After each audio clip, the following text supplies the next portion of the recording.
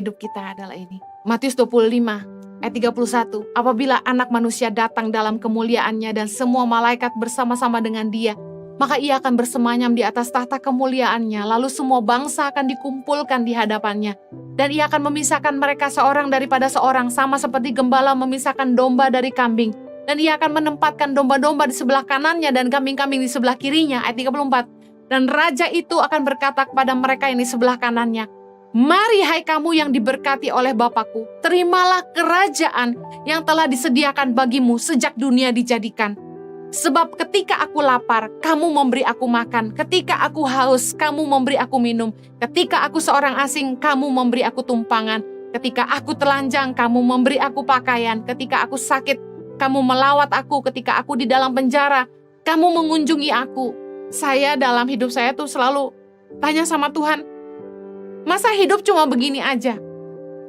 Orang lahir, hidup lalu mati. Siklus manusia begitu terus, generasi ke generasi. Saya bilang, Tuhan, masa hidup cuma begini aja? I believe there is more. Pasti ada yang lebih dari ini. There is hope for eternity. Bayangkan kalau kita nggak punya harapan akan kekekalan. Manusia akan hidup sembarangan. Kalau mereka nggak punya harapan akan kekekalan, mereka nggak tahu untuk apa mereka lakukan semua ini. Dan saya bersyukur bahwa Tuhan selalu arahkan pandangan saya kepada pengharapan di kekekalan. Driven by eternity. Saya nggak cari kekayaan di bumi. Saya rindu suatu hari nanti ketemu Tuhan. Dan Tuhan bilang sama saya, "Well done, Henny.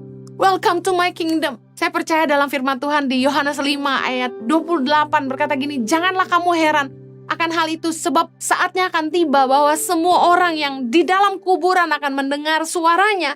Ayat 29, "Dan mereka yang telah berbuat baik akan keluar dan bangkit untuk hidup yang kekal. Tetapi mereka yang telah berbuat jahat akan bangkit untuk dihukum." Saya percaya ada upah di kekekalan menanti kita. Jangan henti-henti menabur. Jangan berhenti untuk terus berbuat baik, menebar kasih kemanapun kita pergi. Nyatakan Tuhan. Jadi terang. Jadi kasihnya Tuhan buat banyak orang. Saya percaya di kekekalan kita punya pengharapan bahwa kita akan bersama-sama dengan Tuhan. Kita akan bersama-sama dengan Yesus memerintah sebagai Raja. Saya akhiri, ada kepercayaan yang lebih besar menanti kita di kekekalan, yaitu memerintah bersama Dia. Wahyu 20 ayat yang ke-6. "Berbahagia dan kuduslah ia yang mendapat bagian dalam kebangkitan pertama itu. Kematian yang kedua tidak berkuasa lagi atas mereka, tetapi mereka akan menjadi imam-imam Allah dan Kristus. Dan mereka akan memerintah sebagai Raja bersama-sama dengan Dia 1000 tahun lamanya." Saya punya pengharapan akan kekekalan. Oleh karena itu saya bertahan. Saya ingin memberikan kekuatan buat Anda semua juga. Biar kiranya kasih karunia Tuhan memampukan Anda untuk terus mempertahankan iman sampai akhir. Apapun tantangannya, apapun tekanannya, apapun pergumulan hidupmu, di posisi apapun kau berada hari ini, mari terus sungguh-sungguh ikut Tuhan. Mari terus kasihi Tuhan dengan hidupmu. Mari cari Dia sungguh-sungguh. Jangan lelah untuk terus berbuat baik kepada semua orang.